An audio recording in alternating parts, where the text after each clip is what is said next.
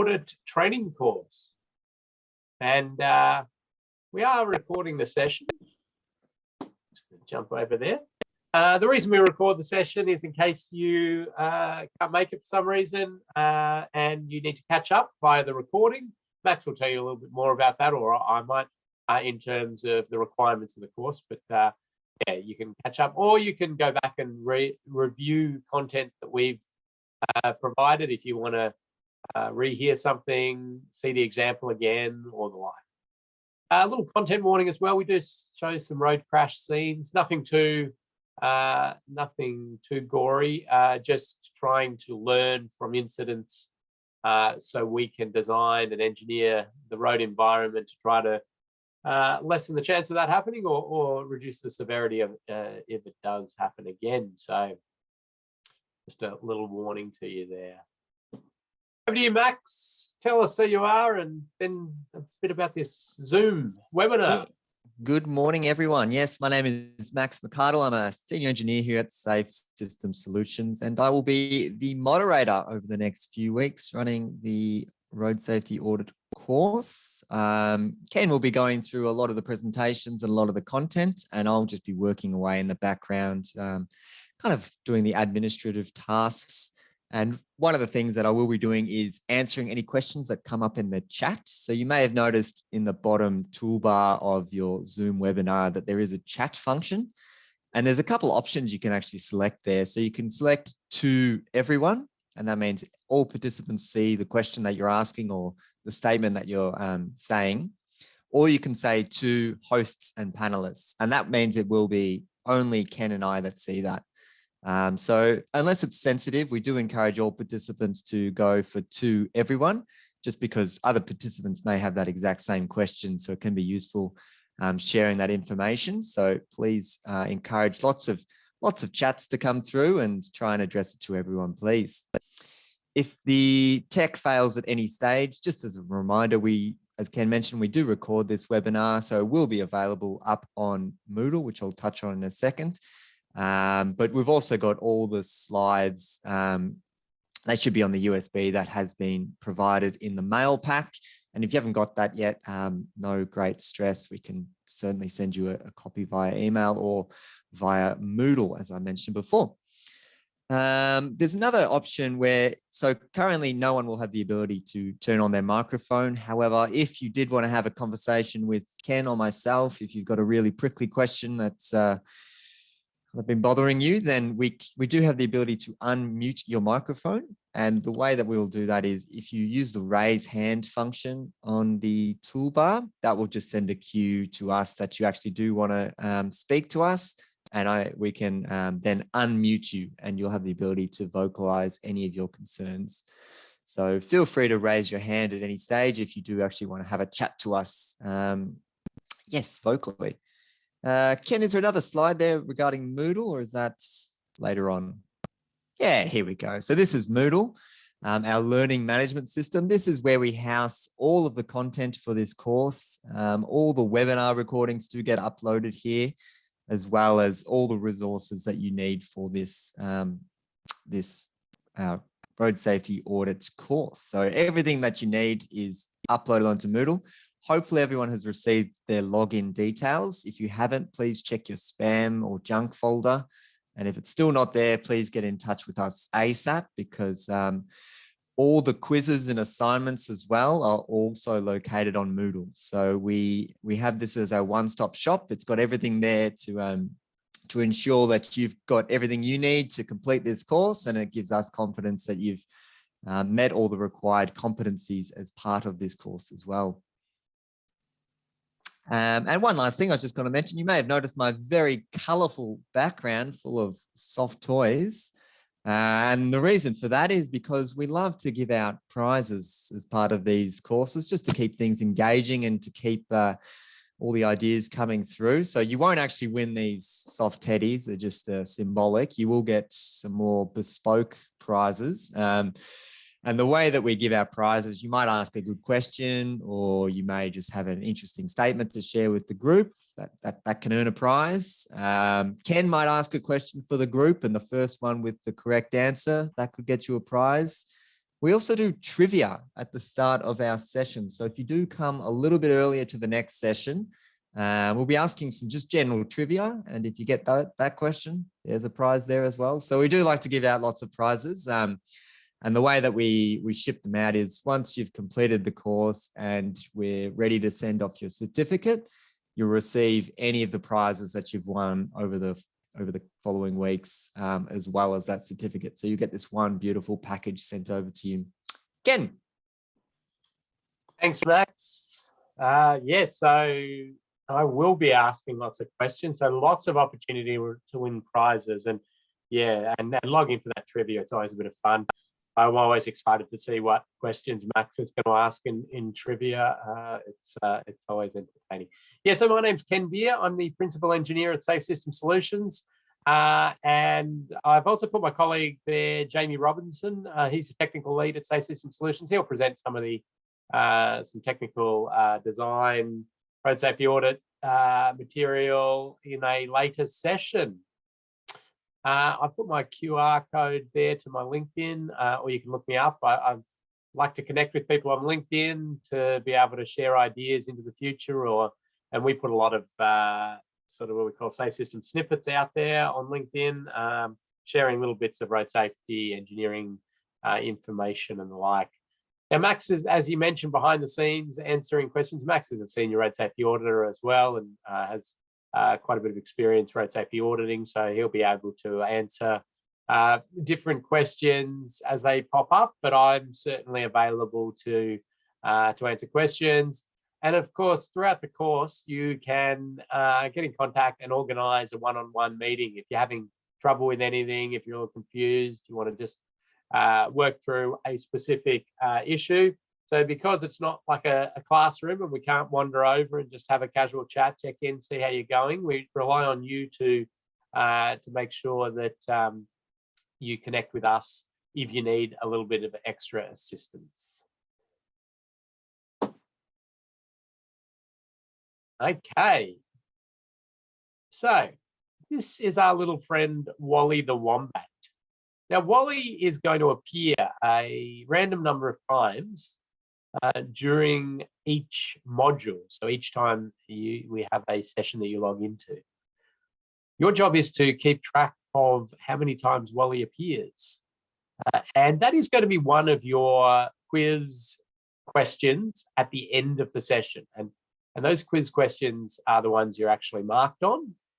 The ones during the session, the quiz questions or the questions I ask or things that pop up on your screen to vote on, none of that is marked, okay?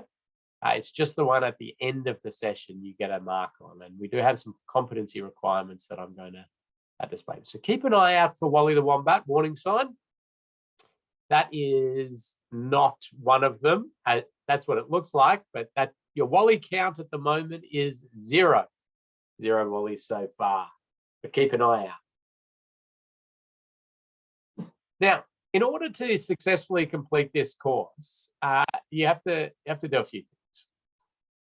You have to attend 4 of the 5 live webinars. You're attending one at the moment, unless you're watching this in the future and you're watching the recording of it. But 4 of the 5 live webinars, and you've got to view that one that you haven't attended. Now, you're going to need to do that anyway because you need to learn the bits and pieces so you can answer the quizzes and do the assignments. If something really disrupts your ability to do this, have a chat with Max and he can work through some options with you. We need you to complete all set tasks. So you've got quizzes, exercise assignments. We've got a audit with a site visit. You have to go to site and prepare that audit report.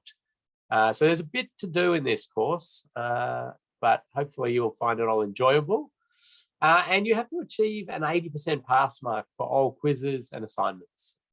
Now, that sounds very high, and we don't hide from the fact that we set a fairly high competency benchmark. You see, the thing is, though, that if we cannot get you up to that competency level, we've failed there. So we're not going to let that happen. And so what we want is for you to reach out and ask for assistance if you need it. You get 3 attempts at everything. Okay. So do the quiz after the session and you get if you don't do very well, you might at that point want to read the notes a bit, maybe watch the recording again, or maybe at that point get in contact with us and we can talk you through some of the concepts and principles we're trying to get across to you. And it's the same with your audit and your assignments. You can have 3 cracks at it. And we've got that one-on-one coaching from Max and I available. Okay. Max, any logistical admin questions or additions, things we might have missed there? Anything you want to add? No, I think that's covered it all quite well. Thank you, Ken. Okay, great. Well, please, everybody, just type your questions in behind the scenes as we're going. Don't wait for me to stop and say, are there any questions?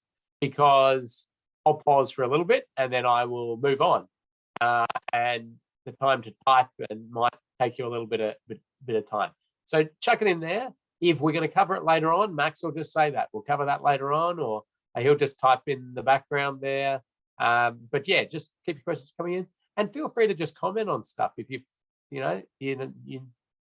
as an example, an intersection that has the same, you could write that to everybody. Oh yeah, there's one of those down at this, or yeah, feel free to have it as a little bit of a chat going on behind the scenes. I've got some content that needs to be covered in order for us to meet our requirements for this course. And so I'm going to do that with a few slides, but there are a few little exercises, activities. I'm going to be asking you questions shortly, so you're going to have to type into the chat. And yeah, we'll go from there. Max, anything else? Yes, I just forgot to mention as well, there also is a Q&A function in webinar, but we don't use that one quite as much. It's only if the chat function goes down or it doesn't let you send anything, then you can use Q&A instead, but preferably use chat, everyone. Thank you. Thanks, Max.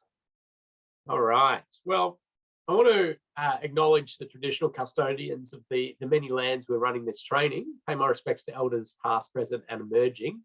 And there are quite a few lands on which the training is being run in this digital world we now live in. And we've got people, I think, from Queensland, Victoria, South Australia, Tassie, and New Zealand, as I understand. So it's pretty exciting. And this course is relevant across those jurisdictions. New South Wales does things a little bit different. And I'll tell you that in our final module about some of the specifics of New South Wales and Western Australia, but everybody else is fairly harmonised. Okay, so this module, I'm going to talk about this module. And when I say module, I mean the single session that you log into. We're going to get into that definition of what is this thing, road safety audit. Some of you will know that quite well. Some of you, it's a term you've never heard before, and that's okay. How do we fit road safety audit into the context of a project's life cycle? Differentiate between road safety audit and black spot investigation. Define risk rate things. Explain the concept of the safe system and how that fits in with road safety auditing. And determine kinetic energy thresholds for different crash types and categorize road safety audit findings into safe system alignment. Ooh, a lot to cover there, and there's a lot of words on that slide. I don't like slides with too many words. I'm more a picture person and talk to the picture, so don't worry, you're not going to see too many slides like that. All right, so some of you might have seen these old documents that are now superseded by these 2 documents. These are the Australia's Guide to Road Safety Part 6 and Part 6A. That's managing road safety audits and implementing road safety audits. And so I've been involved in both those documents at an Australia's level, and we are very close to releasing a new one which combines those 2 into one document, but it's not quite out yet. So I'm going to teach you what's in these documents, but I'm also giving you some good windows into the future, which has been approved by the Australia's board. It's just I think it's just literally getting graphic design and a nice cover photo. I keep offering them my cover photo. That was a photo I took while I was running the road safety audit course in Hobart, actually. No, Launceston, sorry. And they popped that one on there. I did not take this other photo. I don't know what that is. Anyway. I digress. Let's talk about the course overall. So another very wordy slide, but it's about just what we're trying to cover in this course. The course is about the road safety audit process, all right? The process of auditing. There is no possible way in the 5 modules we have, plus your 6th module, which is your site visit and your audit and everything like that, we can cover all of the technical content you would need to be able to do a road safety audit, to be a road safety auditor. Because you can audit anything and there could be any design, and it takes a lifetime of learning different bits and pieces, and you're continuously learning. But what you do is you utilize the process and the current skills you've got and the current way you look at the road environment, and you may have technical skills in particular areas. It could be drainage, could be geometric design, it could be traffic signals, could be that you don't have too much experience in any of that, but you're a road user and you look at things in a particular way. You can add value in that sense. But it's about the process, this course, and we sort of rely on you continuing to learn or having a set of existing knowledge and continuing to build on that. So we want you to understand that process, but we are going to try to give you some basic skills, and I'm going to use quite a few examples of things that I've seen in my long career road safety auditing that keep popping up. And I'm sure they'll keep popping up in the future. We try to write guidelines and alter standards and change things to iron these out, but these things tend to keep popping up. We're going to make sure you look at the road safety audit course through a safe system lens. That'll make sense to you more soon. Examples of common issues, as I mentioned. And then we're going to ensure that we consider all road users, cyclists, motorcyclists, heavy vehicles, pedestrian, cars. And within that pedestrian category, we're going to have all sorts of other road users, such as those in mobility devices, wheelchairs, gophers, skateboards, e-scooters, all that sort of stuff. And we're going to encourage you to embrace the road safety audit process. Now I'm going to be nice here. There's a Wally. I think that's the first Wally. May have missed a Wally, but anyway, no more help with Wallies, but keep an eye out for Wallies as we go. All right, here's a fairly busy slide, but let me break it down for you. It's straight out of the Austra's Guide to Road Safety, Part 6, Managing Road Safety Audits. And what it does is it sort of shows you the life cycle of a road up the top here. So we've got some sort of infrastructure development, network planning, corridor planning, business case preparation. Then you're into a project, right? Something, you're going to build something, you're going to upgrade something, you're going to change something. And then once it's done, you're sort of post-implementation, and then you're just operating and managing and maintaining that existing road and that road network.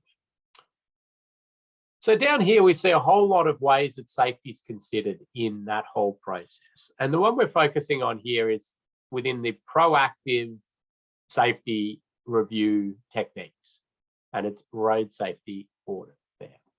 And you can see we've got different stages of auditing. And it filters through a project and a little bit of general operation of the road network.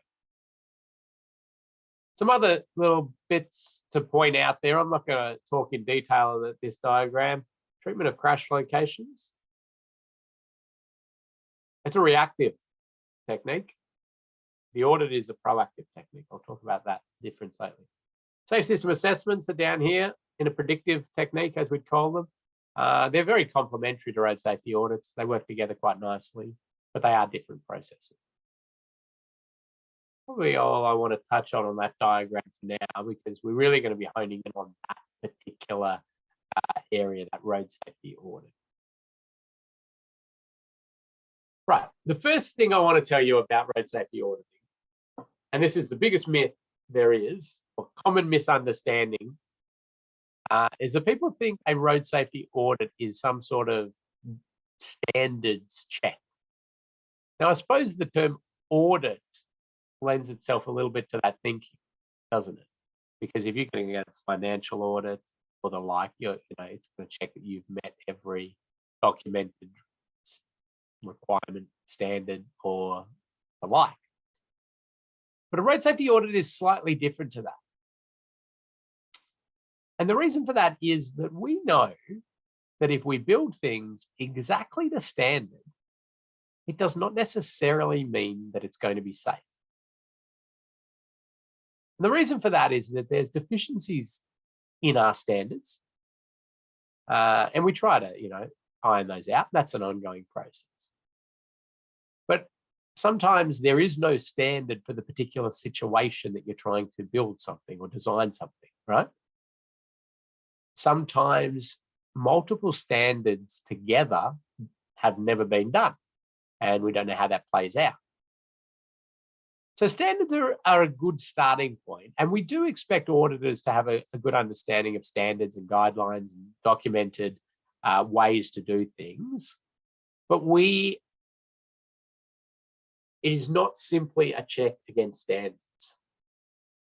So if you can find something that doesn't meet standards, you may report that in an audit, but you may decide you do not want to. Now, most people will just note it, but they might say, this doesn't actually meet the standards, but we believe it's okay. Or, something might absolutely meet the standards, and you might report it in your audit and say, the auditors are concerned with this as a safety issue. And they're both reasonable things to do. I'll come back to that.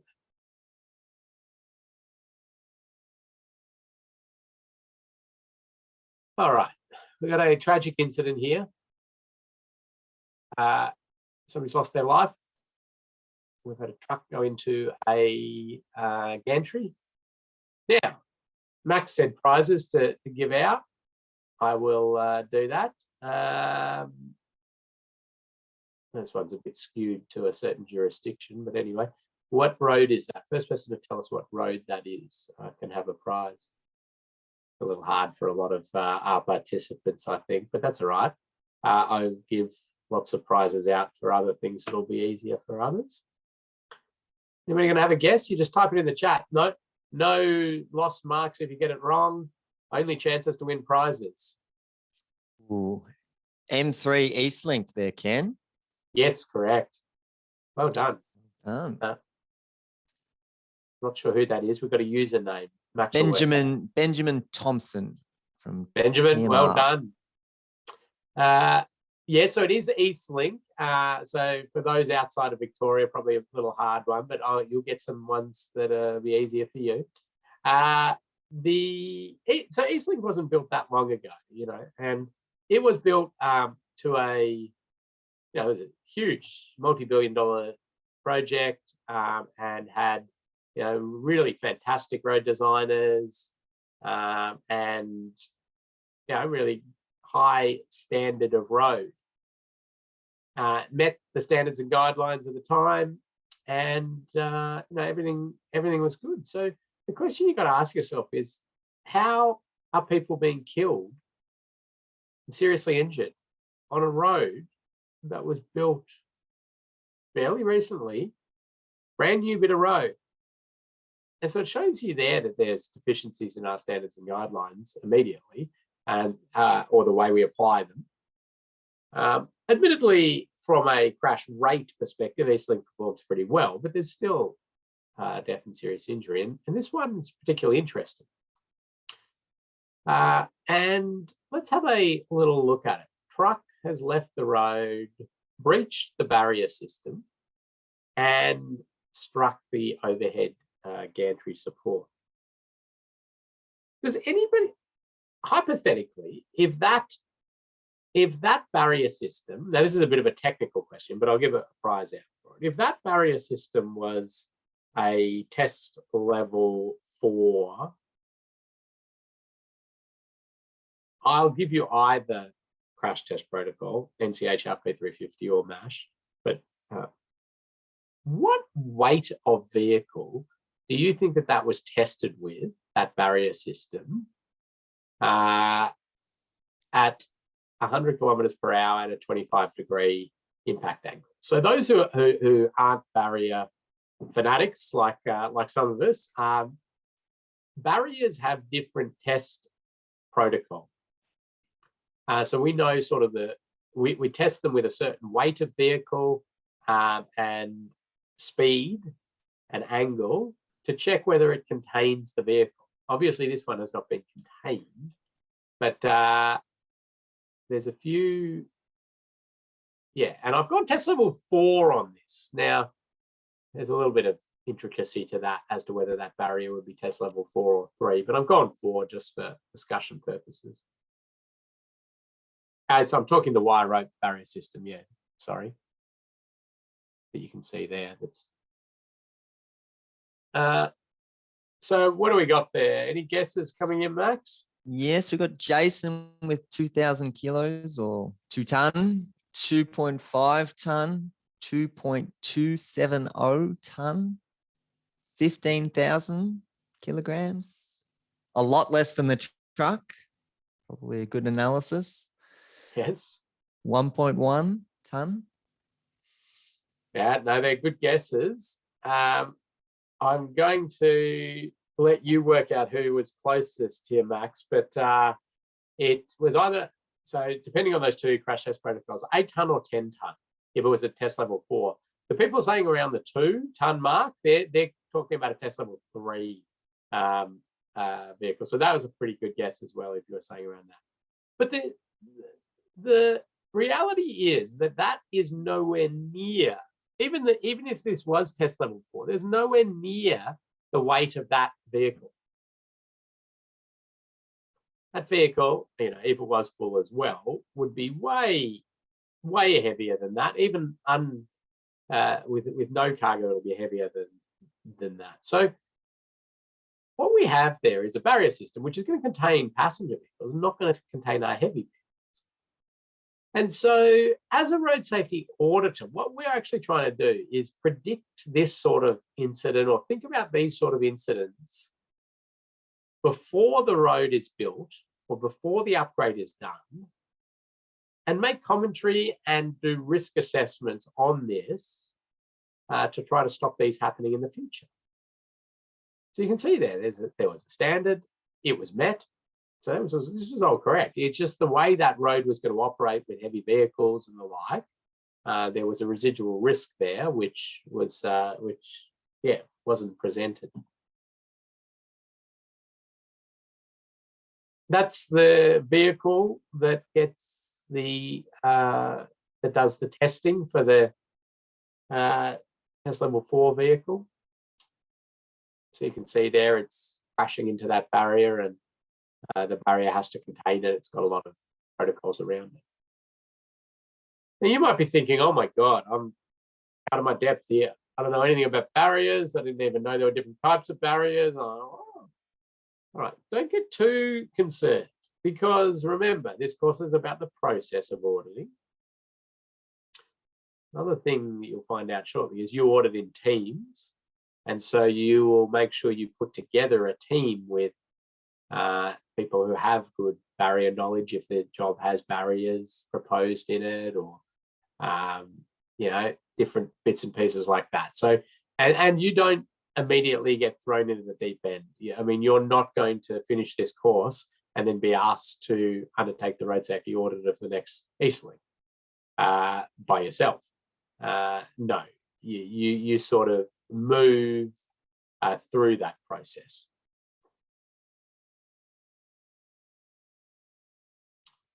It's a question, what is the exact weight of that truck? I think has come in there. Yes, I was just about to do some quick research, but do you know off the top of your head, Ken?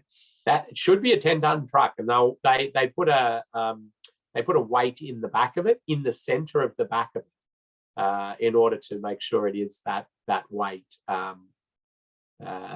specifically. So that's under the Manual for Assessing Safety Hardware Crash Test Protocol out of the US, and that is what Australia uses as well. There's a different European crash test protocol.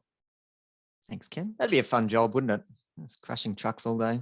Yeah, But there's only one MASH approved crash test facility in the Southern Hemisphere. It's actually in New Zealand. There you go. Like that could have been my next trivia question. Oh yeah, that would be very specific trivia. There wouldn't be too many people who know that. Let's do another example. I mean, I think examples are good early on, just to sort of get our head around a little bit of stuff. So here's a new bit of road. It's an upgrade to existing road, significant upgrade. And some of you will know the area. It doesn't matter if you don't. This is down Chandler Bridge upgrade, and we've got the big old paper mill facility in here, which is like a massive, like huge subdivision with many apartments and townhouses and all sorts of things going up in there, shopping centers and everything. So it's having a access point out onto this new road that's getting duplicated as well. So let's zoom in a little bit and have a look at that access point. Now, remember, this hasn't been built. This is a design, okay? And so you're being asked as a road safety auditor to have a look at this and try to predict crashes. And that's the majority of what road safety auditing is, looking at proposed designs, changes, alterations, and trying to forecast into the future how people are going to use this and what problems could arise. I love it. I think it's so much fun to try to, first of all, you've got to look at something like this, some lines, and you've got to be able to imagine that actually built. How's it going to look? Okay? Then you've got to think about road users, the people. How are people going to drive on this? How are people going to walk? How are people going to ride their bike through here? Right? And not only that, then you've got to start predicting their mistakes. What are they going to see? Are they going to be confused by anything? Yeah? And let's have a look here at this little red car that I've popped in here in the hypothetical. So you're driving along and it's a 60 km/h speed zone through here, and you're chugging along. You've come over the bridge and you're, maybe traveling 60, or maybe like a lot of other people, maybe you're traveling a little bit higher than that, 62, 65, maybe. You get along and you're in your lane and you're going through and you're going up to Preston. So you continue on through, ticking along beautifully. And, oh, I'm in a right turn lane. So what do? You try to change lanes really quickly. So this is what we would refer to as a trap lane, okay? There's some terms in road safety engineering that I just love, trap lane being one of them. It explains this so well. I'm sure you have consciously or unconsciously found yourself in a trap lane at some point if you've been driving around. And we know crashes are going to occur in that area, and they're going to be sideswipe crashes, so they might be somewhat minor, but there's going to be a lot of trouble there as people try to change lanes and get out of that trap lane. So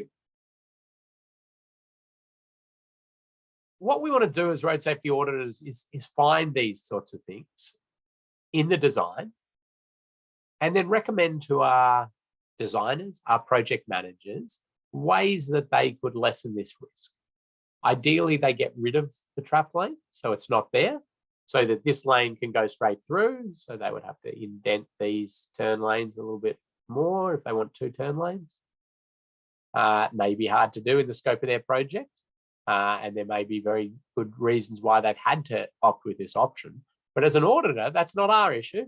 That's their problem. We've just seen something that will cause crashes, that will contribute to crashes, that present a risk of crashes, and we just report on that. Now, here's another interesting one. Does that meet standards and guidelines? Well, it's debatable. Austroads discourages trap lanes, but doesn't flat out say you can never build a trap lane. And there are a lot of them out there on the road network.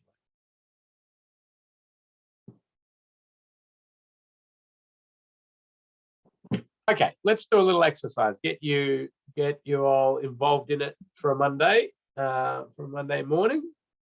What I'm going to do is play a little video for you, and I want you to. I'll play the video a few times. Okay, I know it's dash cam footage, and you can learn a lot from dash cam footage as a road safety practitioner. You can understand a lot about the behaviours out there, but also the infrastructure and the way it performs, and deficiencies in infrastructure. But anyway, this one I'm going to play it. I'm going to ask you to comment on features of the road environment that may have contributed to this crash. Okay. Hope that makes sense. I'm going to play it. Hopefully it'll stream through for you okay. So we're looking at the reverse dash cam first, and then I'll go to the front dash cam.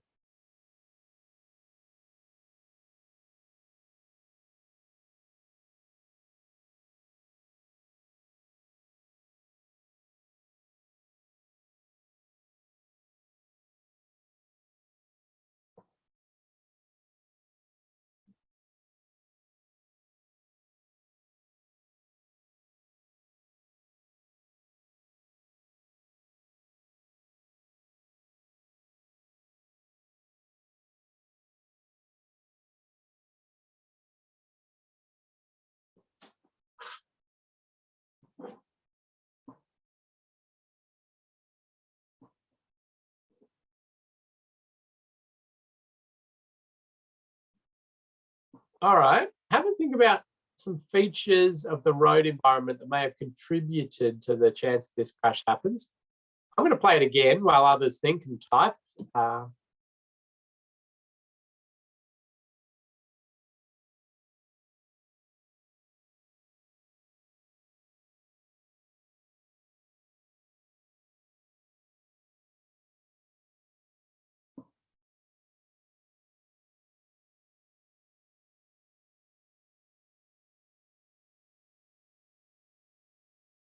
Oh, back in there.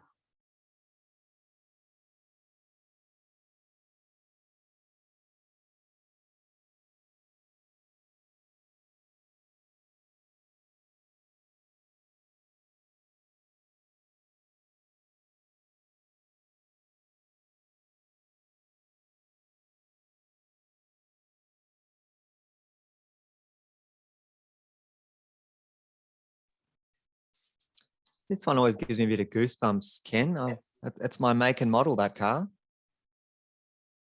Yes. I'm blue though, so. Yeah.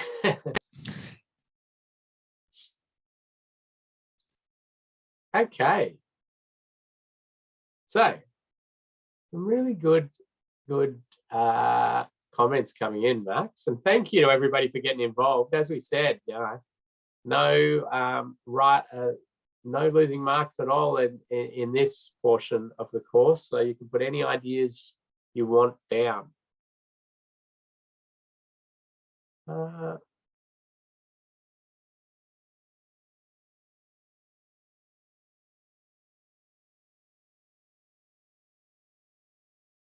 Okay, so let's just run through a few of the things that are coming in. I might just go to a still image of this in order to have a look at some of the issues. So, what's contributing to death or serious injury at this location? It's an interesting question to ask.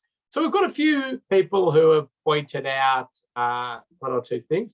A couple of people have pointed out that the signs here, sign clutter, one sign blocking another sign, that might be a small contributor. Certainly something as an auditor we'd look out for, and we try and see that, are the signs clear, legible, not being blocked by other signs or vegetation? Are we providing that good warning? Some people have commented on the positioning of that light pole. So that's an interesting one. We might come back to that a little bit. Some people have started talking about sight distance and the sight distances and the blocking of sight lines by the vegetation in the median there. So another interesting point to bring up and could be a contributing factor. Was there any advisory sign on the approach? So were we getting even earlier pre-warning of this intersection?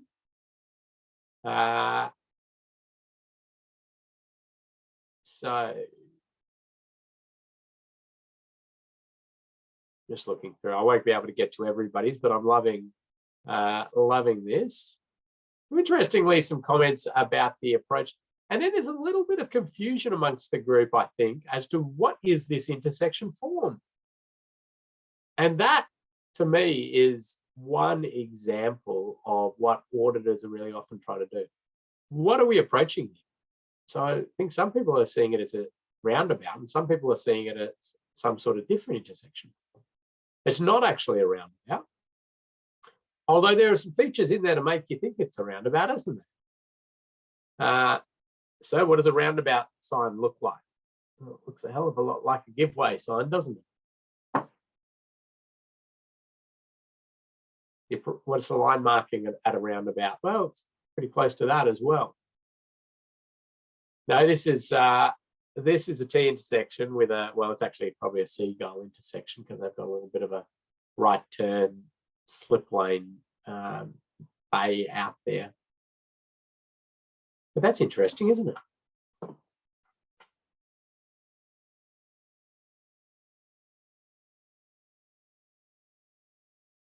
So some people questioning the fundamentals of the intersection in its geometric design or its choice, and they're good questions. People questioning the choice of a give way over a stop sign, and that one is one where we really do turn to our standards and guidelines to do sightline checks to determine exactly which sign should be there. And you would probably do that as an auditor. But do you think that sign, well, may have contributed a little bit if they thought it was a roundabout? But there's actually quite a decent factor in here that nobody quite picked up. I think some of you are on the general right train of thought, but it's what we call a see-through effect or a visual deceit. And I would say that there's a chance that this white ute driver thought that the intersection continued through. Now, there are a number of factors in here that play a role in that perception for that driver. It will be subconscious. They will never be able to tell you this. They will never be able to vocalize why they might have thought this. But some factors that we need to start thinking about are things like the fact that there's a run of power poles that continues off into the distance. And what that does is creates this visual tunnel. And a driver who's not concentrating as much as we'd like, maybe a little bit intoxicated, maybe tired, they can get a perception that the road continues on. It happens with a run of trees as well, is a very big one. And at night where you have lighting that continues through, and the light poles will do that as well during the day. So that's one that's quite, for me, an example of what auditing is as well. So, can people accurately identify what this intersection form is? Are there things that might deceive the driver? And it's actually the term we use, visual deceit. We might say here, the road is causing visual deceit, a see-through effect, and the road users approaching the intersection may react late to the fact that they have to give way. So you can see that there's heaps of contributing factors, aren't there? Some of them, and your job as an auditor, and it's very hard to do from a video, that's why we always go to site, is to determine which of these are more influential, which are less influential. And so we can add features to try to lessen the chance that this is going to happen. But then also the severity. Now, this is a really interesting incident because as the driver hits this other vehicle and then pushes the other vehicle into the light pole, that light pole breaks away, doesn't it?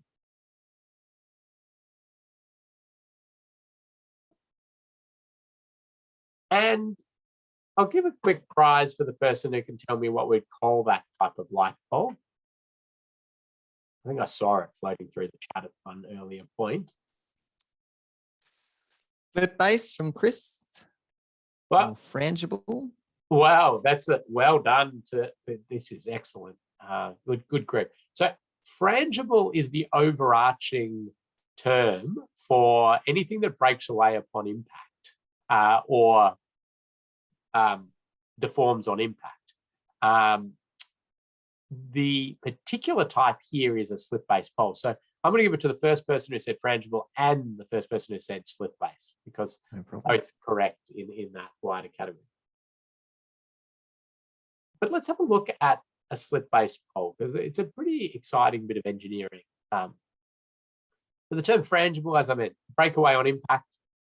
And here you can see a diagram of a slip-based pole, and you can see a slip-based pole here and an auditor just using a pen to sort of indicate the height of it. Sorry, I'm just writing myself a note.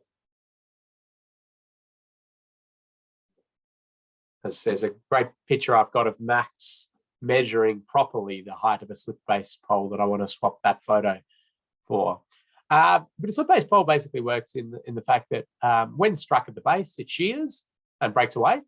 And with the wind loading and the torque of the height of the pole, the bolts themselves hold that load. And it's pretty exciting bit of engineering. And one thing, though, as a road safety auditor is us deciding, should slip-based poles be used or not? Do they present a risk, or are they better at reducing risk? And then another one is the height of them right? Now, the height will be once something's been installed, so a post-opening audit or existing conditions, and you're doing a little bit like this audit does, but hopefully with a tape measure. And is that right? That one is about right. There is a tolerance in there, and there's a specific height, and that's about right. If it's too high, the vehicles will snag on it. You don't get the advantage of it. If it's too low, we're just not sure it's going to get as much shearing function as we want.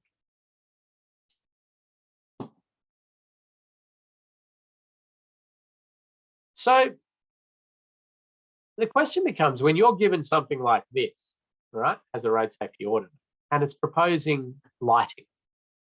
So, they're putting lighting in all these locations on the approach to this intersection. And, are they making them slip-based? Are they not? So are they going to be rigid poles? And where would it be appropriate for them to do it and not do it? And that's sort of what an auditor's starting to think about, along with the lighting and any impacts the lighting might have.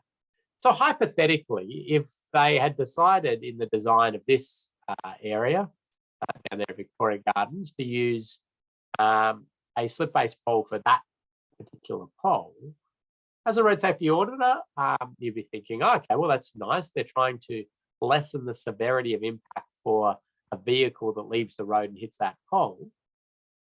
What else might you think as a road safety auditor about any potential other issues that might cause? I'll pause and I'll see what others say there.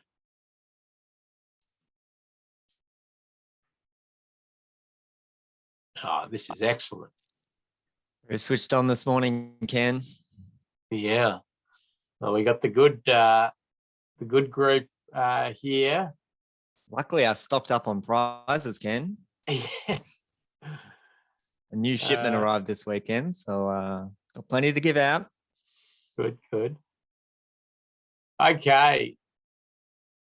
So everything that's coming in is really good, and these are the raft of considerations we want as road safety auditors. So if that's struck, where's it going to fall?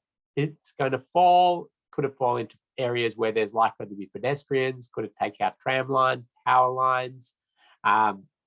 Thinking about the areas that larger vehicles are going to, is that in an area that's more likely to be nudged by a large vehicle making a turn?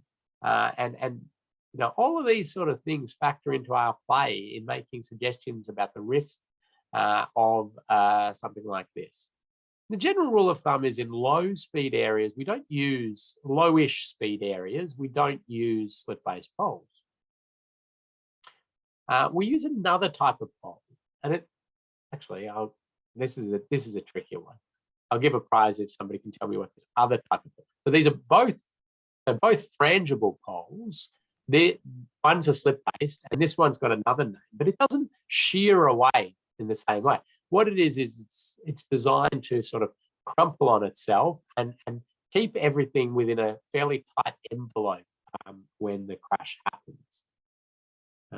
So any guesses on what the actual name for this one is? It's a little harder, that one.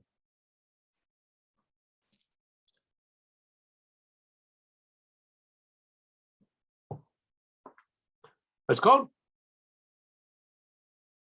I'm giving it a second. I just, some guesses coming in. That's no, not bad. Base plates are part of the slip-based pole. It's called an impact absorbing pole. Not the most creative name, but that's what you would lose in lower speed environments if you're worried about vehicle occupant risk. And generally, our rule of thumb is if it's above 80 kilometers per hour or above, slip-based pole. Lower than that, if you decide you want to provide occupant protection, it would be an impact absorbing pole. And so the choice of that is one thing an auditor might pick up, or it might be that they've elected to use rigid poles, and you might be okay with that if it's a very low speed urban environment, for example. But on a higher speed environment, that would be a significant vehicle occupant runoff road risk. Now I'm sort of darting around with examples here, just to try and help build a picture of what auditors are looking for and looking at, and the kind of things that we're interested in. But those are just a couple of common findings. So slip-based poles, really, where are they going to fall? And that's in the design. And once that we're out there as auditors, existing conditions, what's the height? Okay. Well, thanks. This is good input. I'm loving the fact that we've got everybody typing away and looking out for Wally and getting involved. Another misunderstanding about road safety audit is that difference between road safety audit and black spot investigation or crash investigation.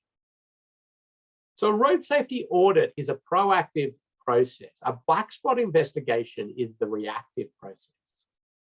So if you have an area that has a big crash history, what you actually want to do is a black spot investigation on that. A road safety audit won't delve into detail about the crashes that have happened at that location. An auditor may have a look at the crash history, and it's up to them. It is absolutely at the auditor's discretion. And I know auditors who will never look at crash history. They have no interest in crash history. As for design audits, actually sometimes for existing conditions audits, they say that is not relevant. My job is to understand what is being proposed, how road users will use this new road, and what the crashes will be in the future, not the past. And it's all fundamentally going to change if they're looking at a design. So what's the relevance? I've got other auditors who do like to look at the crash history to gain insights. I'm in the middle. I will have a look at crash history at some point in an audit. I usually do it later down the track. I don't want it to particularly sway my thinking, especially in road design. So upgrades to roads, I don't want to be swayed by that, but it does sometimes give me an insight into particular road users that might be more prevalent there or more at risk. I might be surprised by how many pedestrian crashes there are, or be surprised that, it's all only, vehicles. But it doesn't mean that there's no risk for pedestrians if it's only vehicle crashes, or no risk for cyclists if there's only vehicle crashes. It just hasn't presented itself yet in crashes. So we're not driven by crash history. A black spot investigation is absolutely driven by crash history. Or if you're in New Zealand, it's called a crash reduction study. So you're looking at the crashes, you're getting the police reports of the crashes, you're delving into details, looking for patterns of crashes. Are they all at night? Are they all during peak hour? Are they all running the red light, or are they all, doing a left turn, or whatever it is? You're looking for those patterns. It's a real reactive process. It's very important. It continues to be important, but it's not a road safety audit. So just be aware of those two differences. And whether or not you want to use crash history is up to you.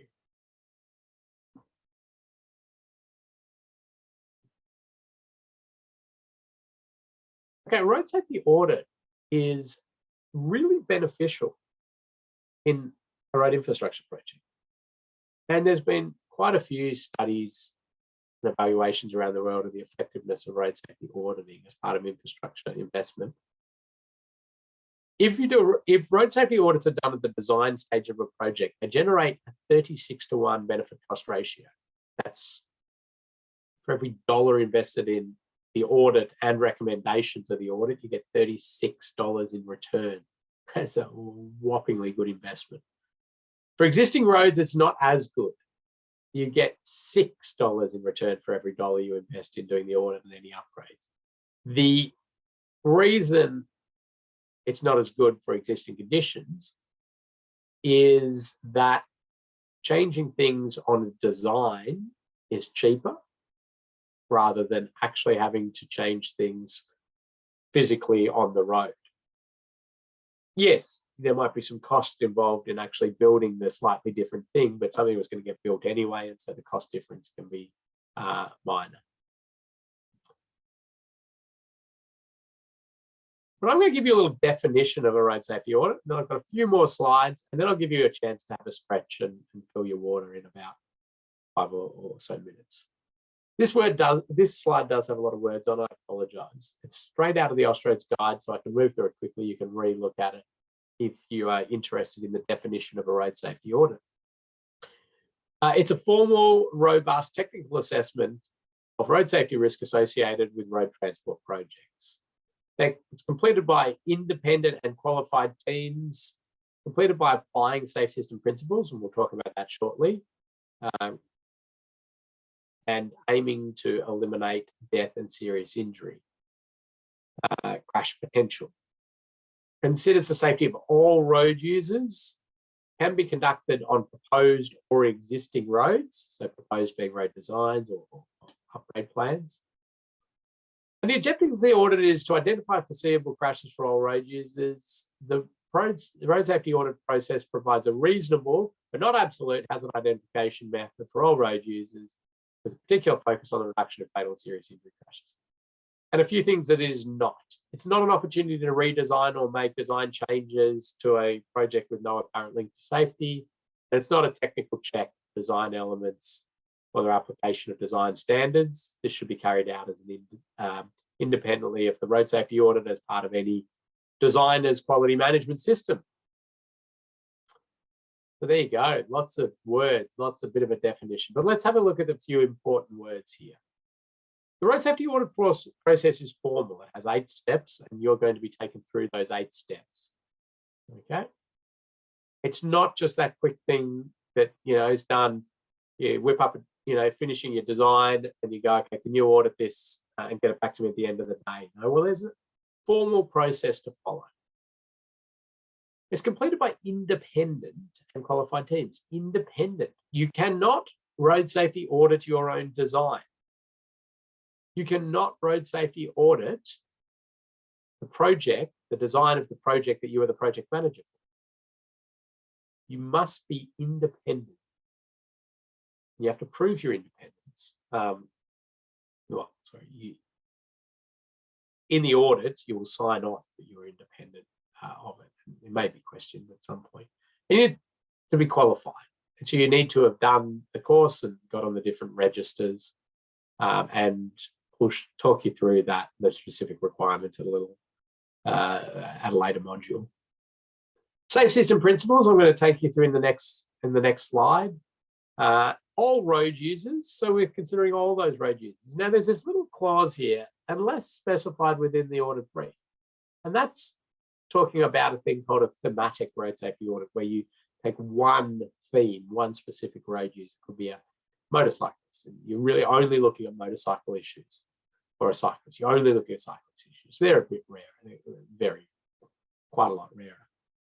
And can be conducted on proposed or existing roads, so designs or the existing road environment, but it is different to that black spot investigation, remember, the existing road safety audit. So the safe system, and I'm not going to dwell on this too long because we've got another course all dedicated to the safe system and safe system assessments and the like. But in terms of as a road safety auditor, you need to understand some key things about the safe system. So we've got a human at the middle of it, and that's a reminder that we're operating a transport system for humans and that we aspire to not kill or seriously injure any humans in the movement of people and goods. We've got a few principles around here. People make mistakes. So there's our understanding that, people are fallible. They read things incorrectly. They understand things incorrectly. They do crazy things out there on the road network. They make intentional mistakes. They intentionally do things we wouldn't like on the road. They also make other mistakes. And we've got to start acknowledging that in our design and our auditing. How is this going to be used? Human bodies are vulnerable. There's only so much force that we can take, and we understand a lot more these days about the amount of force that a human can take before they break in different crash scenarios.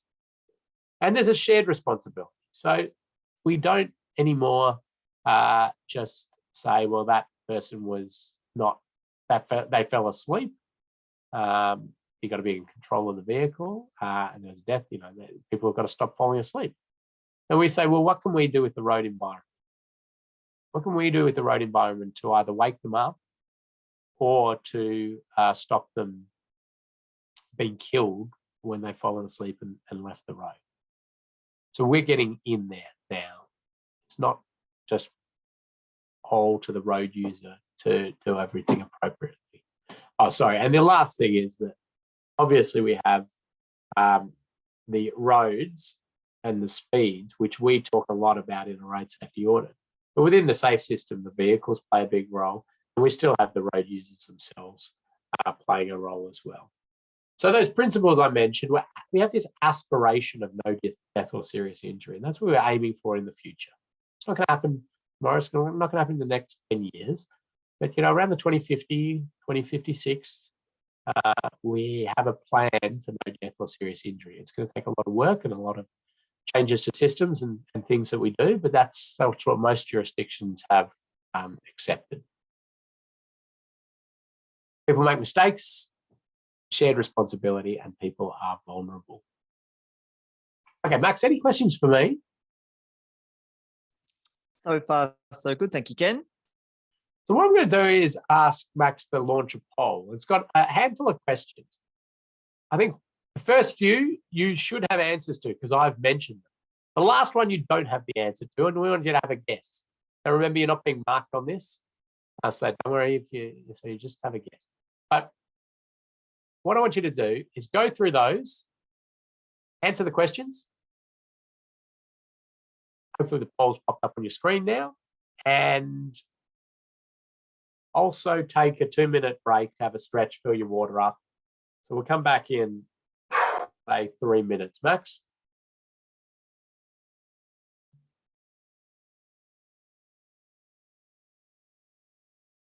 And if the poll hasn't popped up on your screen, don't worry too much. It might be just your firewall blocking it. But I'm seeing some answers coming in. Looks like everybody's got it.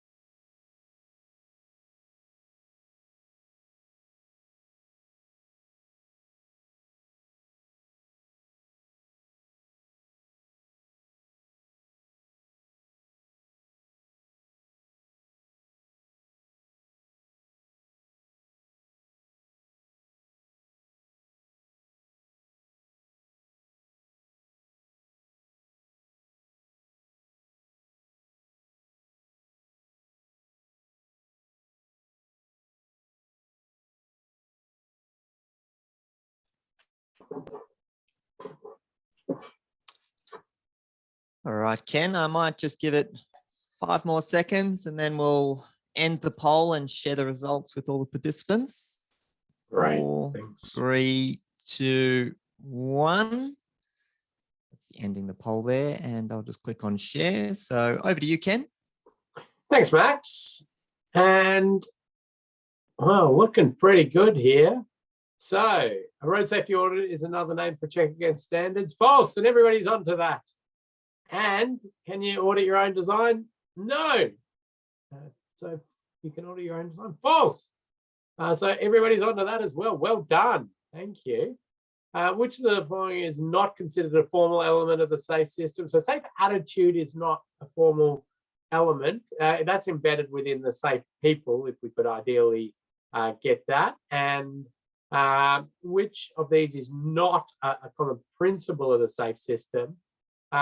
The idea that we could eliminate mistakes on the road is not part of the safe system. We want to minimize mistakes best we can, but we actually acknowledge and design for mistake making as part of the safe system.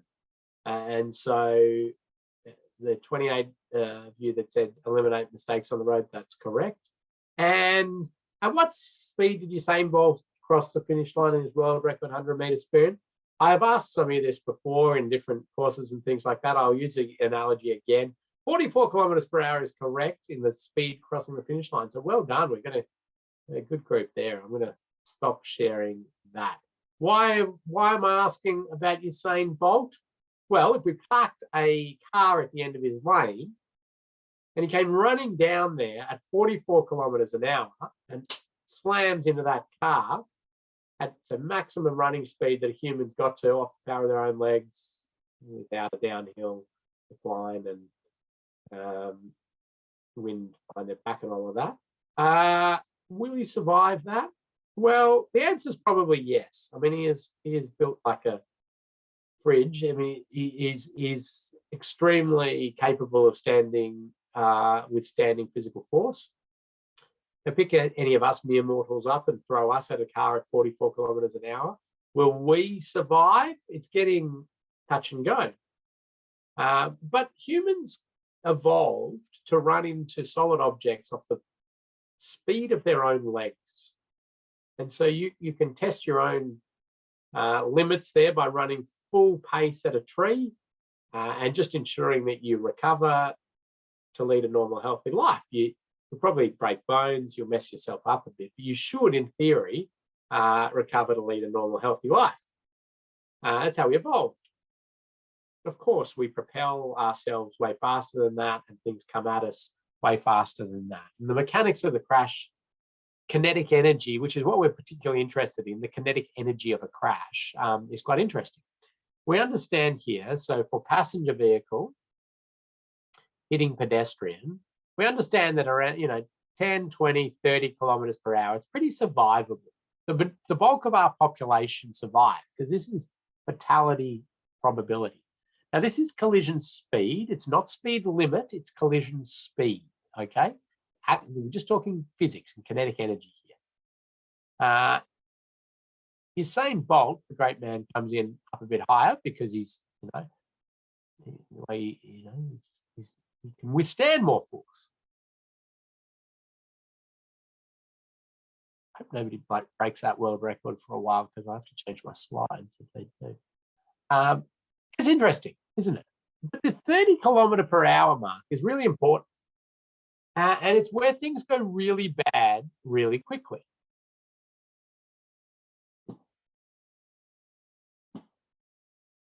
We know that people can survive these kind of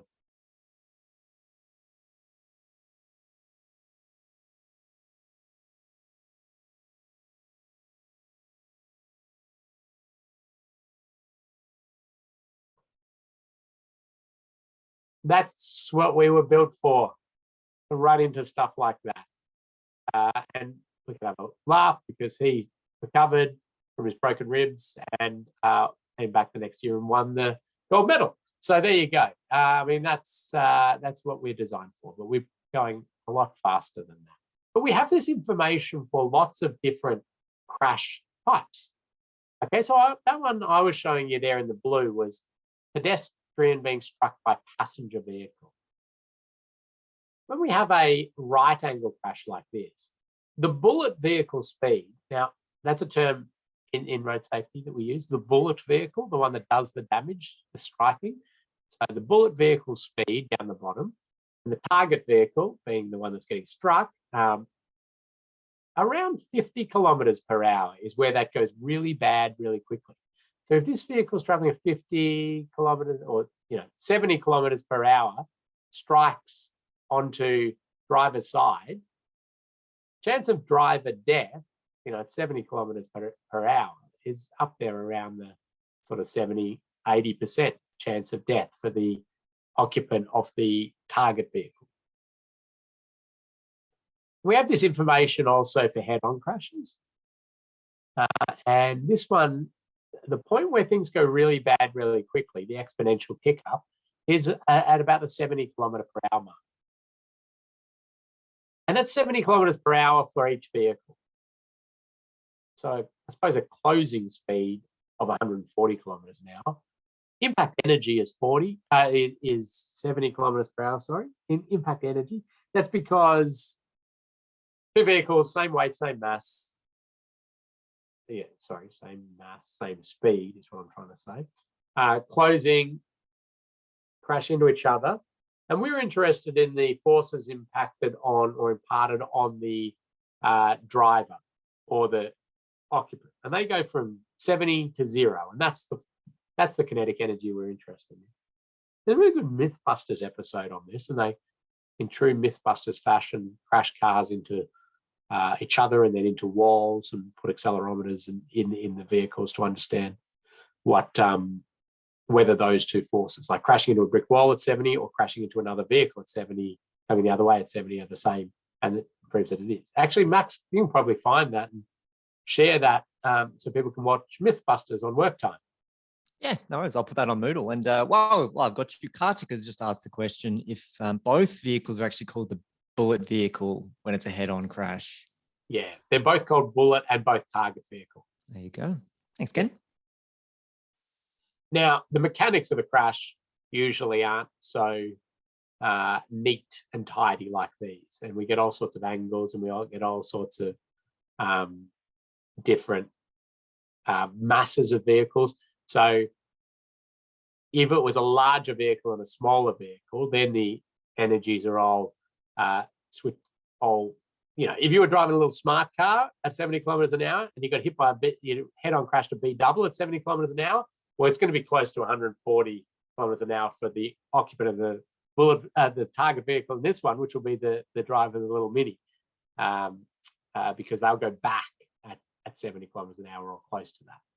And it might just be easy to explain. Chris has just got a comment there as well. Does it change if one vehicle is traveling, say, at 70 and another vehicle head-on traveling at 30?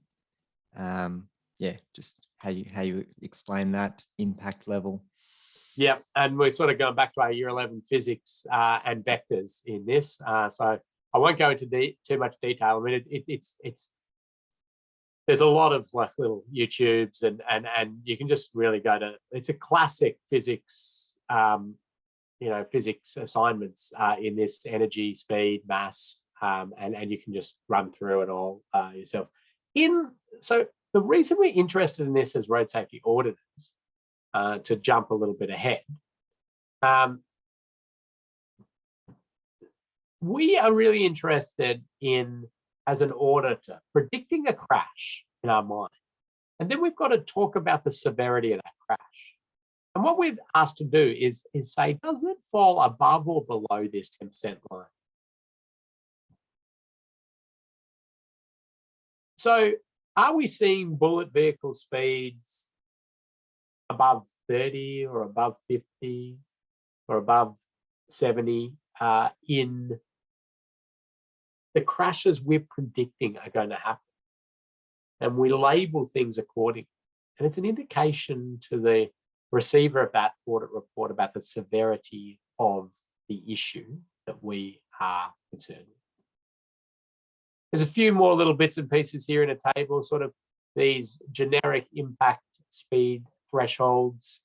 You can see there, runoff road into trees and poles and the like is pretty low. It's around the 30 to 40 kilometer per hour mark. So, and vulnerable road users, we tend to sort of have motorcyclists, cyclists, pedestrians all within that 30 to 40. Motorcyclists, you can probably go a little bit higher, but really not a huge amount more, maybe up to 40, as that point where things go really bad really quickly.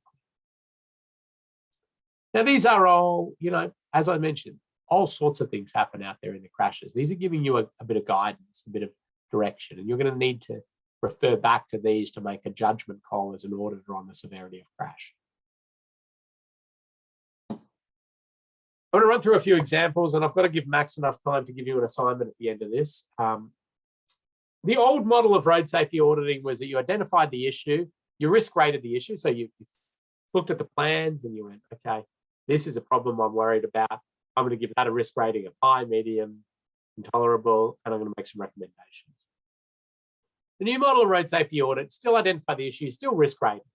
But this one, you flag where it sits, above or below that 10% line that I just showed you on those crash times.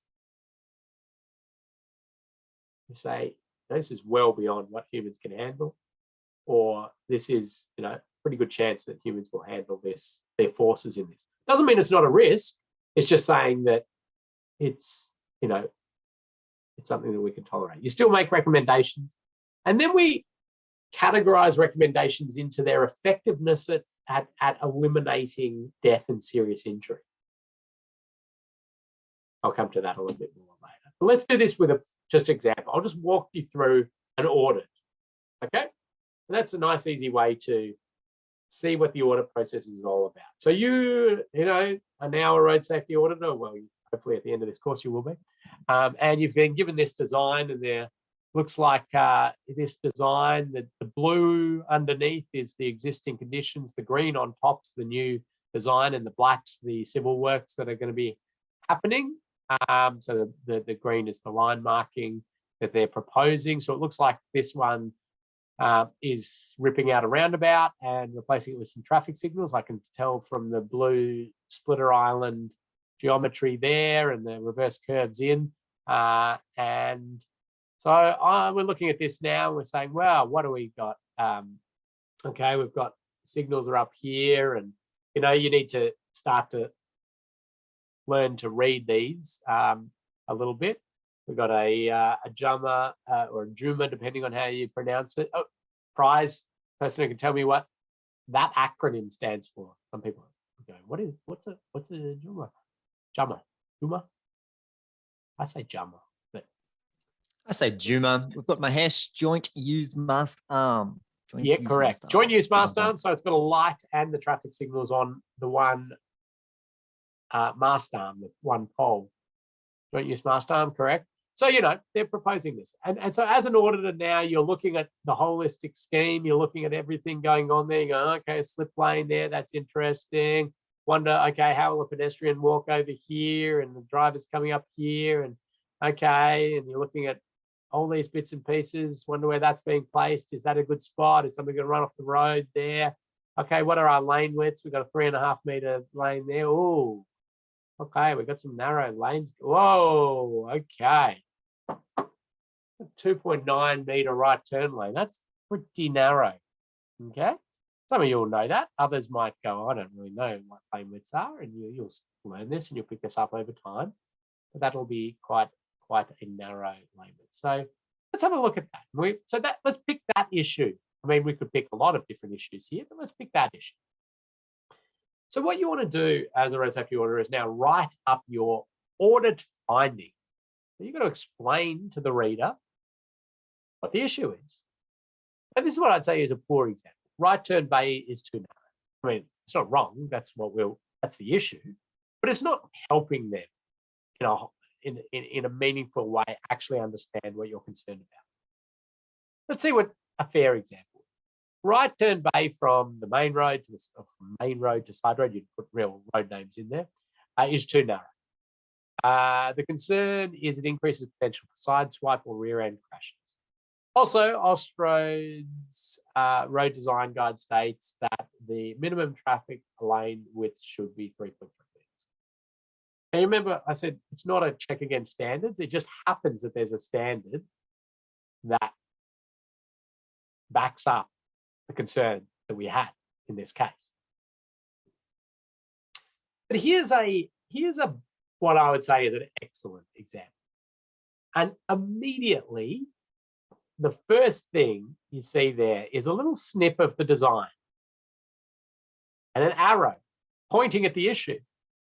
I mean, that's wonderful from a reader's perspective, isn't it? And no confusion, which right turn lane are they talking about? Which one are they particularly concerned about?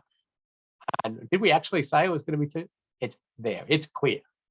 The right turn bay from main road to side is too narrow for width adequately store right turning vehicles. The concern is vehicles will encroach into the same direction, traffic lane, while either performing the turning maneuver or waiting in the bay, especially if more than one vehicle is queuing in this bay. This therefore will increase potential for side swipe rear end crashes, particularly under wet weather conditions or at night. Austroad's road design guide also states that the minimum traffic lane width should be 3.3 meters. Traffic volume is high, and it's a 60 km/h speed zone, and the concern is likely to occur occasionally with likely minor injuries because it's going to be side swipes or rear end crashes, which are, you can do those at fairly high speeds and not have too much of the energy force imparted on the vehicle occupants.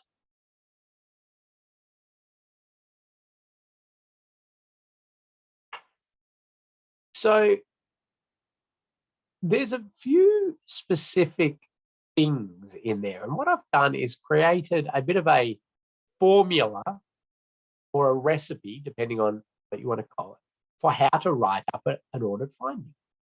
And I've color coded them for you, but I'll describe them here. The red here is the issue. We're clearly trying to describe that issue.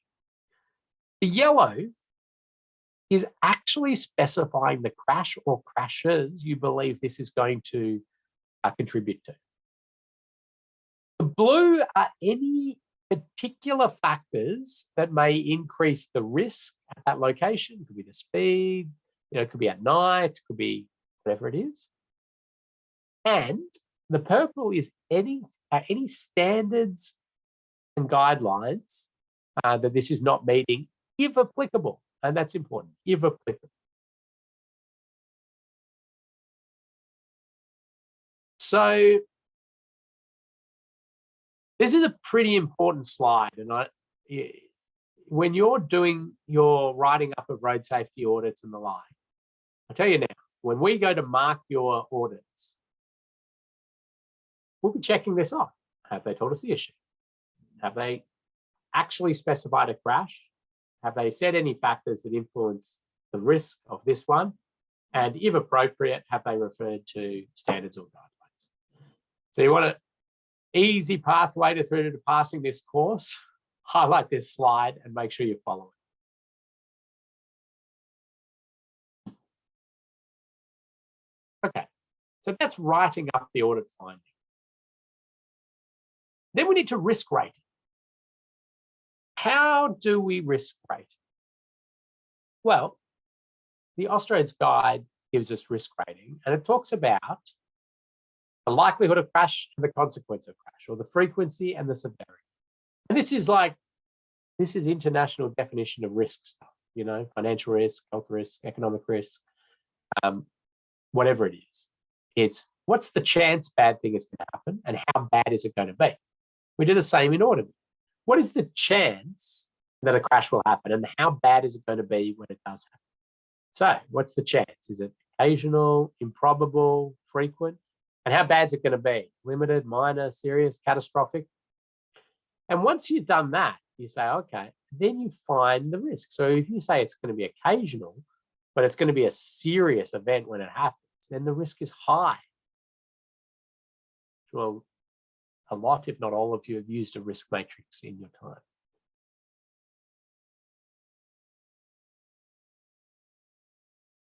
And Austroads, the Austroads guide to road safety part 6A on page 27 gives you a little bit of help in getting to those.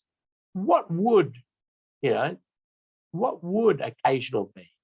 Well, let's say once every 5 years you predict that will happen. And what is serious? Well, it's likely death or serious injury, and then some examples. So you use that to help you along the journey.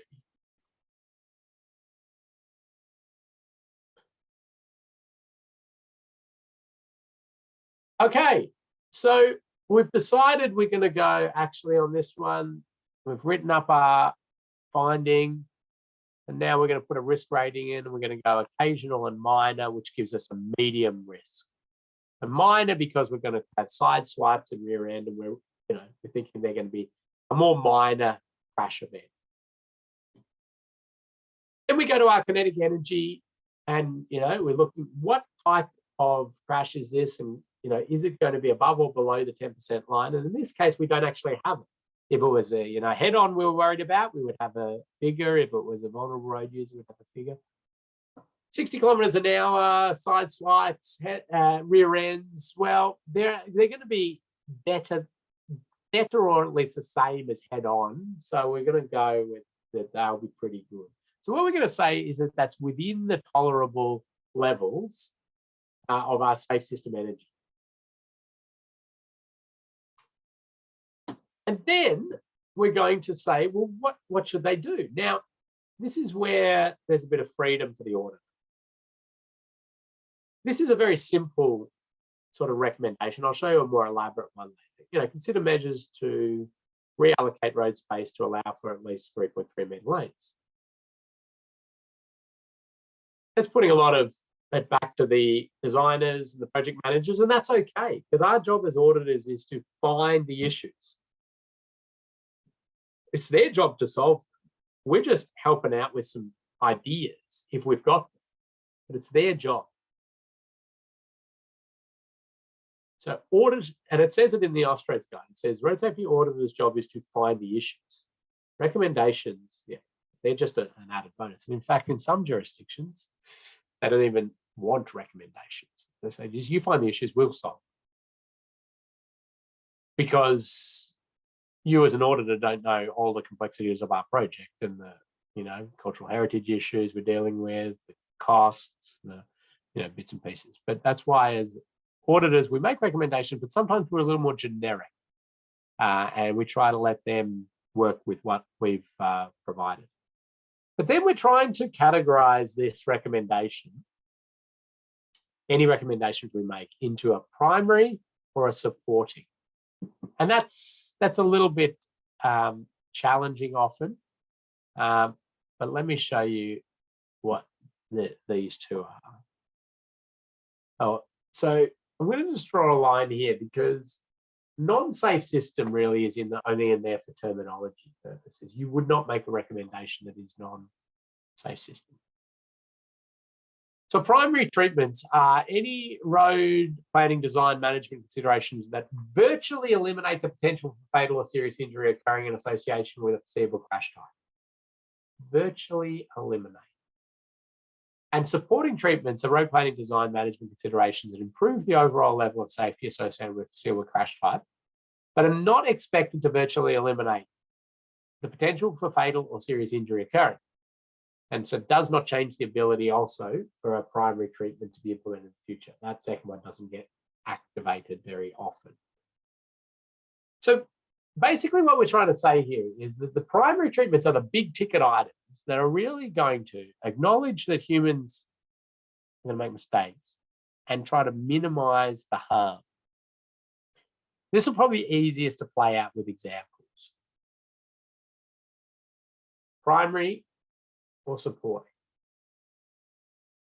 So let's do another little example here.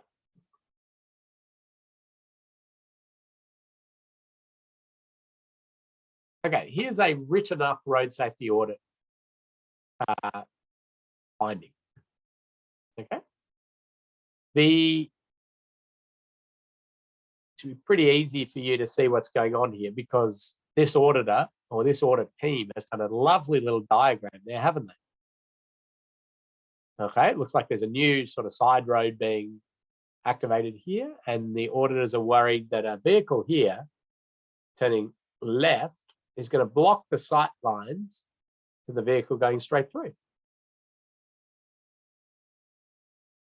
I don't even need to read the words to know what was going on there. So that's pretty exciting, isn't it? They've risk rated it. So they've said it's improbable, but it's serious if it happens. So it's come out as a medium risk. Safe system energy, they've said it exceeds the tolerable limits. Now I wonder how they've got to that. Well, this is a 100 km/h road.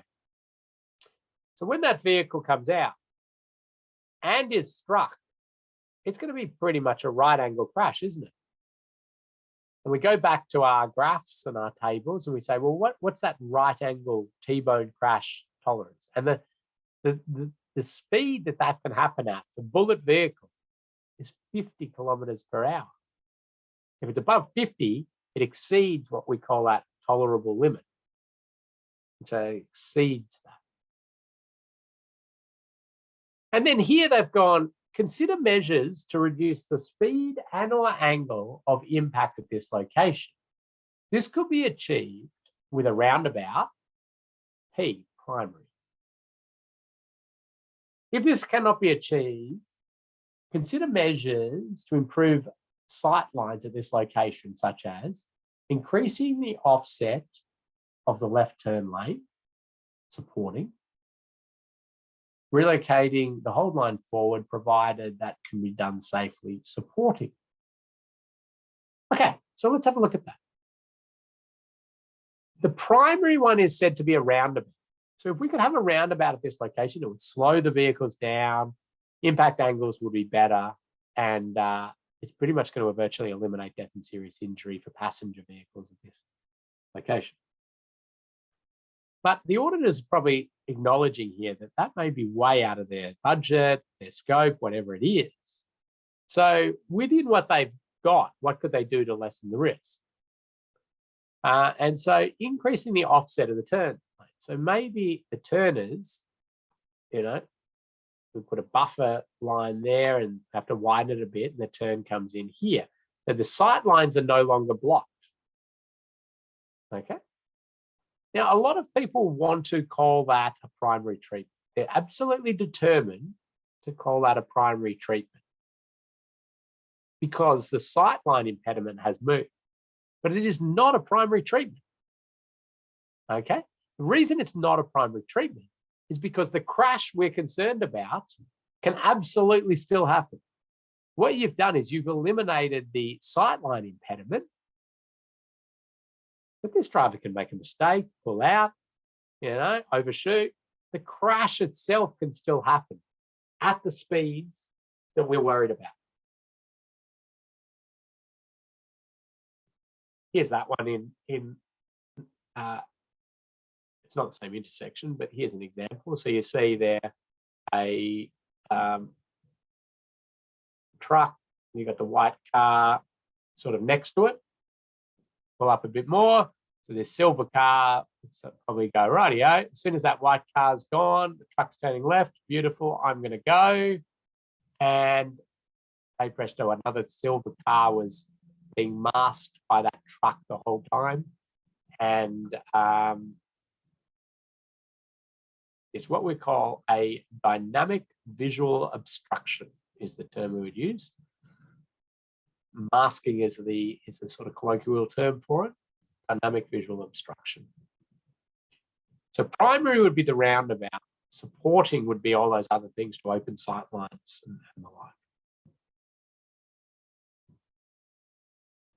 Little tip here, to be considered a primary treatment, it's got to address the consequence of crash or somehow virtually eliminate the crash from ever happening, which is very, very hard because we're dealing with human error, humans, and they're going to run red lights, they're going to fall asleep, they're going to, drunkenly walk onto the road, whatever it is, right?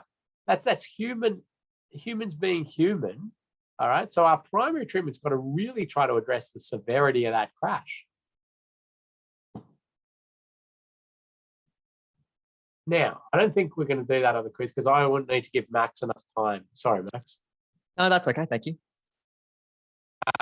Just a few things that a road safety audit is not.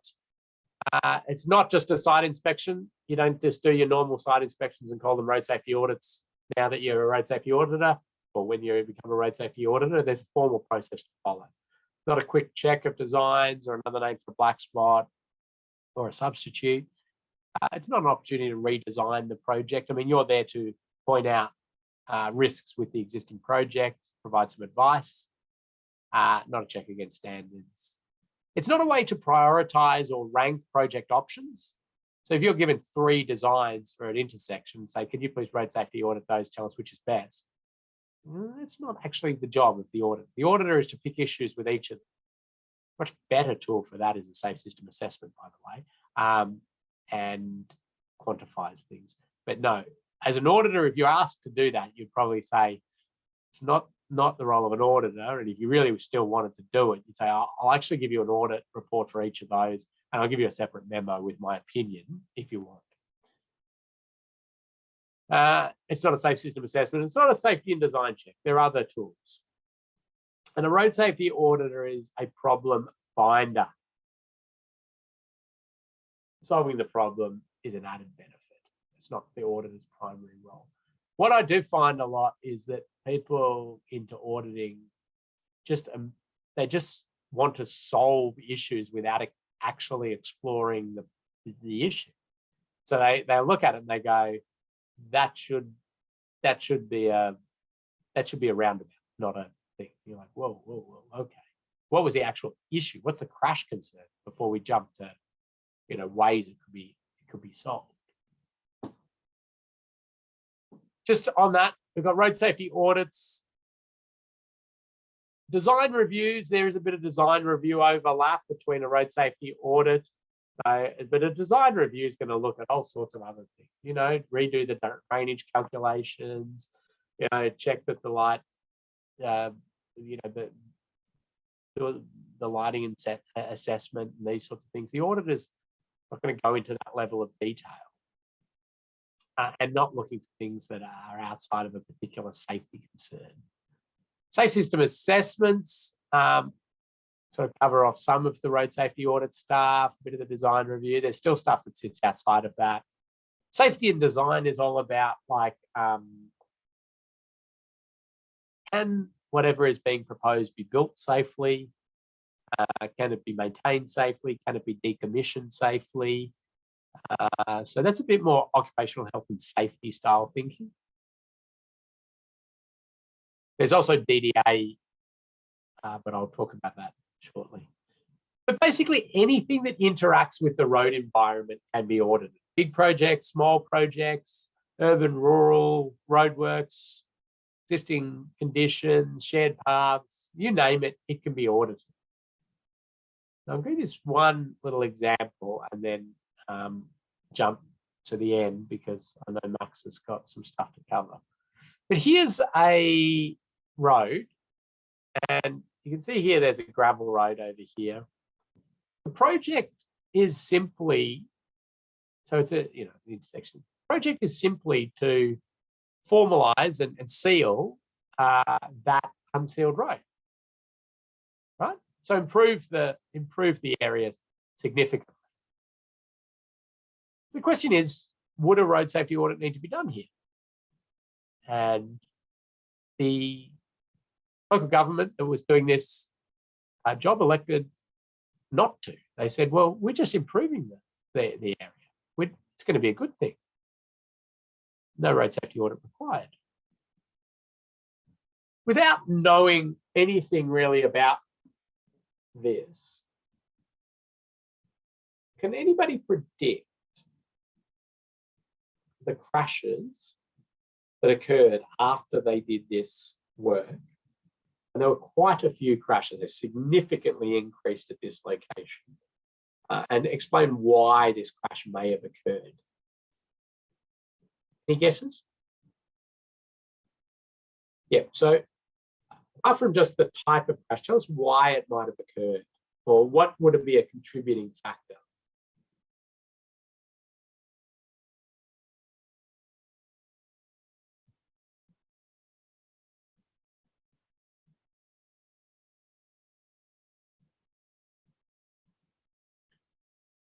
Okay, so good things coming in, and this group's thinking really well already.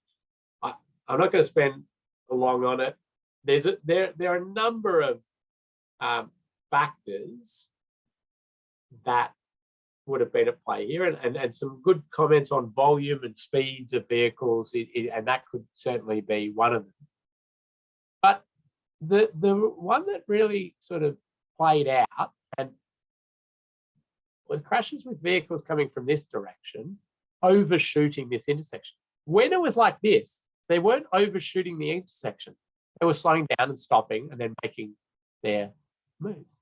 As soon as they did this, vehicles are coming up here and they were overshooting this intersection and being struck. And it goes back to another one of that visual deceit.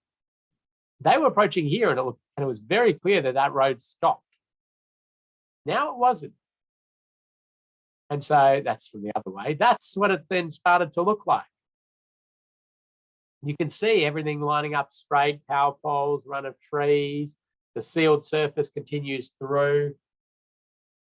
It was not clear that that road did not continue through. Yes, there were signs, and they've even doubled up their stop signs there to try to, really reinforce this.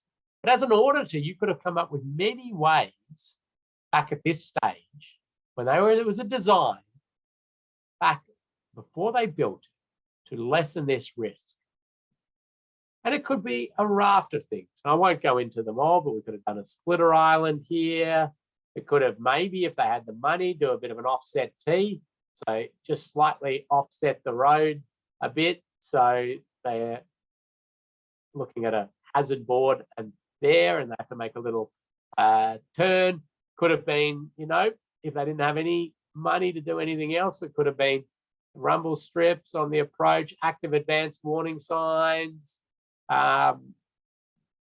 different bits and pieces, and lots of things that could have been done. People were, then sight lines would have been looked at as well. But none of that was done because simply they were just going, well, we're just sealing the road. We're just making things better. But the point being that you've got to, think about auditing as an integral part of really any infrastructure that interacts with the road, because the auditors coming in there looking solely at safety will see things in a particular way. Those people just want to build their, seal that road. Max. Thank you, Ken. I might grab the screen off you if that's okay. Oh, Have you finished? No. Sorry? No, not finished. Oh, I was too excited. Too eager. Yeah, I know. You are too excited. Very quickly, I just want to say that there are different types of road safety audit. So there are audits, they all follow the same steps. And next module, I'm going to take you through those 8 steps. But there are different audits. There are pre-construction, during construction, and after construction. Feasibility, preliminary, detailed, they're all in the design phase. Then the road works just before the ribbon's cut, pre-opening. And then post-opening and existing roads are thematic. So the feasibility stage audit, I call it the planning audit sometimes. Big picture stuff. What's going on, land use, how are people from up here going to get down to here now, where are they going to go, what's the intersection form they're going to use, this big bypass, big picture stuff. They're rarely done, these audits, because they need those sort of big, massive projects. Sometimes you get a little bit more detail. You're thinking about what's the intersection type. Okay, if we block off, here, okay, they're going to U-turn here. Is that going to be issues? Maybe people are now going to use this road instead. What's down here? Then you start getting a bit more meat on your design. Maybe it's on a survey base, but maybe you're getting a little more detail. You're getting some line marking ideas. You're getting bits and pieces. This is what we call the preliminary or the concept stage road safety audit. The next one is the detailed design. And this is where you get the big full design set. You get the long sections, the cross sections, the pavement plan, you get the signage and line marking plan, you get the lighting plan, you get a lot. All of these different bits and pieces, the signal phasing, all of that. I'll jump through that. Then they're starting to build. And this is where you do a traffic management plan or a construction site road safety audit. So that's thinking about the signs and the lines and the existing areas during the construction activity, trying to protect the safety of the travelling public and the roadway. And a pre-opening audit is just before they cut the ribbon, checking things like, have they line marked it correct? Did they put the right coloured RRPMs in the right spot? Are the guideposts the right way around? Did they get the overlap of the barrier correct? Is the barrier put in at the appropriate height? And they're just a few off the top of my head. Quick one. See how the post-opening auditors go on this. Who's going to pick an issue with that one real quick? You've been asked to have just opened the roundabout. Or it was sort of a brownfields one. Max, I'll let you decide there. Yes, I think the right turn from the left lane might be a bit problematic there, Ken. Yep. You decide who gets the prize there. There are a few ones that were saying line marking wasn't specific to it. But yes, so whoever's done the line marking here has got their stencil the wrong way around, and they've marked the ability to turn right from that lane, which doesn't look too crazy at a roundabout. But obviously, we're going to have a forced conflict with somebody going straight and somebody going right. So it's just, marked badly. But that's the kind of thing you'd be really wanting to pick up. And last one's existing conditions, and you can look at what's out there and make commentary on it. You may or may not, you may decide you do or you don't want to look at the crash history. And I mentioned thematic road safety audits. So there's Max doing a cycle audit where he rides around or with others, rides the route, potentially a walking audit, a motorcycle audit. You've got to be on the vehicle that you're auditing or working with a motorcycle rider. We'll come back to that. All right. I'm going to give it to Max in a second. He's going to show you Moodle, and then he's going to give you an assignment. Now, the assignment is that you're given a random topic, okay? And there are heaps of topics. And the topic is a road-related issue or concern or something interesting about the road environment or auditing. And you're going to have to do a little research on it. And then you're going to present a short video or a fact sheet or a cartoon or anything, any way that you want to briefly talk about this and the information you found. And we're going to share that with everybody. And so we want you to be creative, make it something that people would want to have a look at. And we want you to relate it back to road safety and road safety auditing. We will give prizes next week for the most creative way to present it, the most technically sound, the most engaging. So there'll be 3 prizes. And I'll hand over very shortly to Max. But these are some of the topics, and he's got a little spreadsheet. So you're seeing things like, I'll just pick one at random. What'll I pick? Gawk screens. Okay, you might get gawk screens, and you'll go, well, what on earth is a gawk screen? Well, you're doing some Googling. Then you discover that they're the things that sit above temporary barriers to stop people seeing into work sites and throwing things into work sites or tires bouncing into work sites and the like. And so then you would look at, okay, what are the safety issues with it? As an auditor, what would I look at? Do I look at them potentially being hazards or blocking sight lines? Or are there any standards around on these? And then you create a little fact sheet on those, maybe some photos, pointing where some guidance is. Or maybe you create a video and you be creative and do something exciting. Maybe create a TikTok. Whatever it is you want, but we want to get a little bit of the message of what that is and how it relates to road safety. So hopefully it's not going to take you a huge amount of time, maybe an hour or so, and you should be able to put it together fairly quickly. Max, over to you to show people where they're going to find that information, to give people their, oh, here we go. I'll do the spreadsheet first. I suppose it's already popped up. So this is a list of everyone's names along here, and then we've got the topics. And I'm just going to randomly spin this around like the lottery, and we'll eventually land on a topic for each person. And stop. There we go. So Jason has a crash cushion / attenuator. And what I'll do is I will just copy all of this information and I'll paste it into a Word document. So then you can have a look at exactly which topic you have been assigned. So I will upload that to Moodle, which I'll show you now. So this is Moodle for those that haven't seen it before, but thanks to everyone who has already said your introduction. It's always nice to see who we've got online and who's what kind of experience you have within this field. So thanks for saying hello.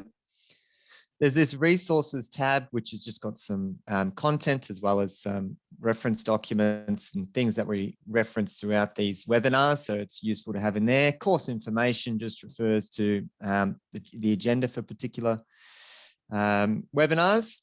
And then we also have the research assignment under the resources as well. And once everyone has uploaded it and it's been upgraded, we'll upload everyone's into that research assignment folder so you can view what other participants completed for their assignments as well. Max, However, yes, Ken. So I'm not sure that those were this group of participants that came through. So you can, but anyway, This one, Yeah. Or maybe it Jason? was. JC Long. Yeah. I got Harry Harms. Oh, okay. Sorry. It's all good. I did a snip of it. So sorry, my bad. Anyway, we'll email that out to everybody. Yes. So don't worry, that you'll get a copy of that. Back to Moodle though. So for module 1, we've got a few videos there, which you can watch. And also, as Ken mentioned within this webinar as well, just uploaded this Mythbuster episode as well. So if you are interested into seeing how the vehicles perform in those head-on crashes, that's a really good episode to watch over lunch if you've got the time.